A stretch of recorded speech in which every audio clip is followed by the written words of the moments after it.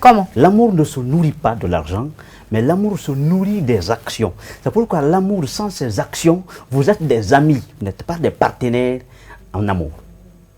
Quelles sont ces différentes actions? Et c'est aussi important. Une fille qui est venue à cause de matériel, comment la faire maintenir en toi et tu sens son programme sentimental pour qu'elle se colle à toi. Il y a des actions. La première action, il y a ce qu'on appelle le contact physique et corporel. Parce que l'amour a 3 portes d'entrée. Si les 3 parties ne sont pas en ta disposition, tu ne peux pas te définir dans son corps. Et quand un homme ne se définit pas dans le corps de sa partenaire, tu as échoué en amour. Et comment pourra-t-on se définir? Permettant à transformer la fille matérialiste en une autre personne simple, humble, aimable, avec qui tu peux même créer un paradis sur terre. La première opération, ce qu'on appelle la première action, le contact physique et corporel, pourrait te permettre d'avoir accès sur 3 parties de son corps. La première partie qu'on appelle la première porte d'entrée sentimentale, c'est le baiser. Les 2 lèvres doivent se rencontrer et conjuguer le verbe je t'aime en fond sonore. Parce que la porte d'entrée, une fille ne donne pas ses lèvres à n'importe qui. J'ai dit bien, dit baiser, respecté, responsable, aimable, sentimental. D'accord.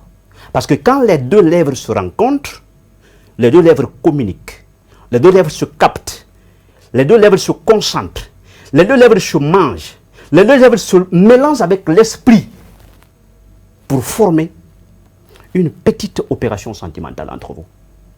Et quand tu manges les lèvres d'une fille, ou une fille mange tes lèvres, c'est la meilleure possibilité sentimentale. C'est la meilleure action qui retient l'homme ou qui peut retenir la femme. Et la femme, même si tu n'as rien, elle peut t'aimer à cause de ça. Et l'homme, même si la femme n'est pas tellement belle, l'homme peut t'aimer à cause de ça, parce que tu as mis tes lèvres en sa disposition. Ça, c'est la première porte d'entrée. Deuxième porte d'entrée, les seins. Tu mets tes seins en sa disposition. Parce que ça crée la nostalgie sentimentale entre vous. Quand vous vous rencontrez quelque part, d'abord, tu touches ses seins. Tu parles la forme, la taille de ses seins. Tu expliques un peu. Tu crées ce qu'on appelle le débat sexuel entre vous. Tu touches un peu ses seins. Ça pourrait retenir la fille à rester. Même si elle est devenue... même si sa venue en premier temps se définit de façon matérialiste. Ça pourrait créer l'amitié entre vous et la complicité. Donc on peut changer une fille matérialiste à une non matérialiste. Bien entendu. D'accord. Troisième stratégie, quand il y a l'accès à ses fesses, excusez-moi du terme, s'il est péjoratif. Son gouvernement, on le préfère. D'accord. D'accord. Maintenant, pour être compréhensif, tu peux toucher son gouvernement, tu peux toucher même, tu peux même parler l'affaire de son baya. Parce que ça va faire en sorte qu'il y ait le débat sexuel entre vous. Et c'est le débat sexuel là qui exprime l'amour dans votre complicité sentimentale. Donc c'est une manière de capter la fille, tandis que tu as capté la fille en premier temps avec des conditions techniques et purement financières que tu as eu à créer. Oui. Mais tu as eu à faire un lavage de cerveau technique pour que tu puisses non seulement la faire comprendre que je peux t'aimer et je suis aimable. D'accord. Tu peux changer l'esprit de la fille en question. D'accord. Tout à l'heure, on va aller au côté homme. Parce que tout à l'heure, il a énuméré la façon de faire, de changer une fille matérialiste à une non matérialiste. Mais nous savons aussi qu'il existe aujourd'hui des hommes qui sont matérialistes. Donc, comment changer aujourd'hui un homme matérialiste à un non matérialiste? Bon, pour changer un homme, il faut créer des conditions. Parce qu'il y a des filles aujourd'hui qui mettent l'argent à la disposition de l'homme, mais sans pourtant tenir compte d'un certain nombre de facteurs.